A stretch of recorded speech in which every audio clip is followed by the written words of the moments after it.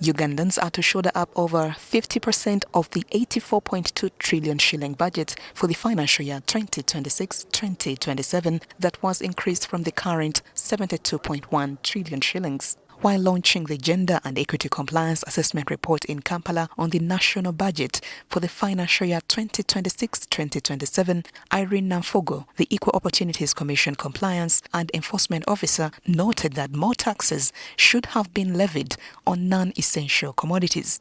Where government is going to get money is mainly through domestic revenue mobilization. And that means more taxes, which is not bad.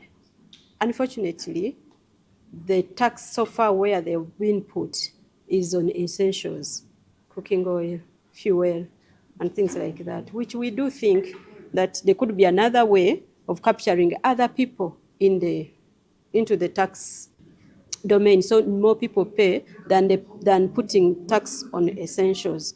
In the next budget, fuel levies will increase by 200 shillings per litre for diesel and petrol, while that on fatty acids is pegged at 500 shillings per litre or kilogram, and cooking oil tax will increase from 200 shillings to 400 shillings per litre. She has also red-flagged the mega funding to the agriculture sector, which she says employs more Ugandans. What has gone to agriculture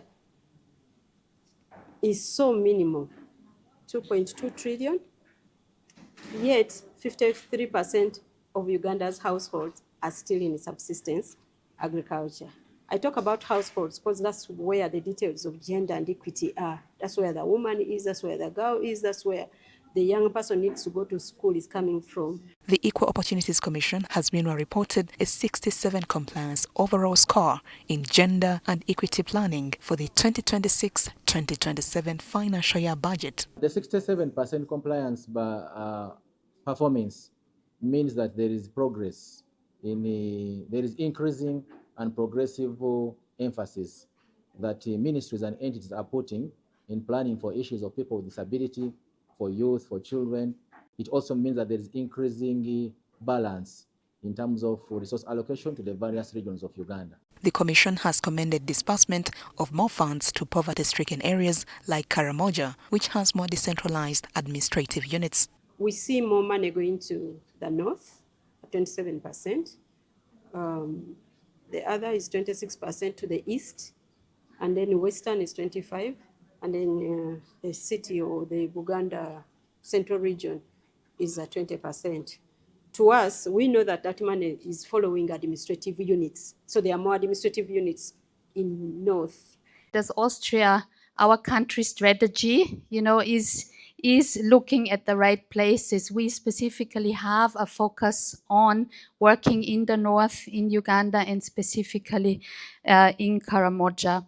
Officials at the Commission have meanwhile condemned the manner in which the trade order operation has been enforced across the country, calling for a more humane process.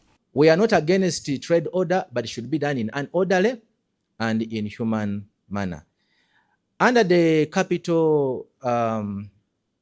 human capital development, we have seen that the government has allocated enough funding to that program. However, I want to say that education is the best equalizer. The Public Finance Management Act requires the Minister of Finance, Planning and Economic Development to submit to Parliament budget framework papers attached with a certificate of gender and equity compliance. This certificate is issued by the ministry responsible for finance in consultation with the Equal Opportunities Commission. Juliet Nalwoga, NTV.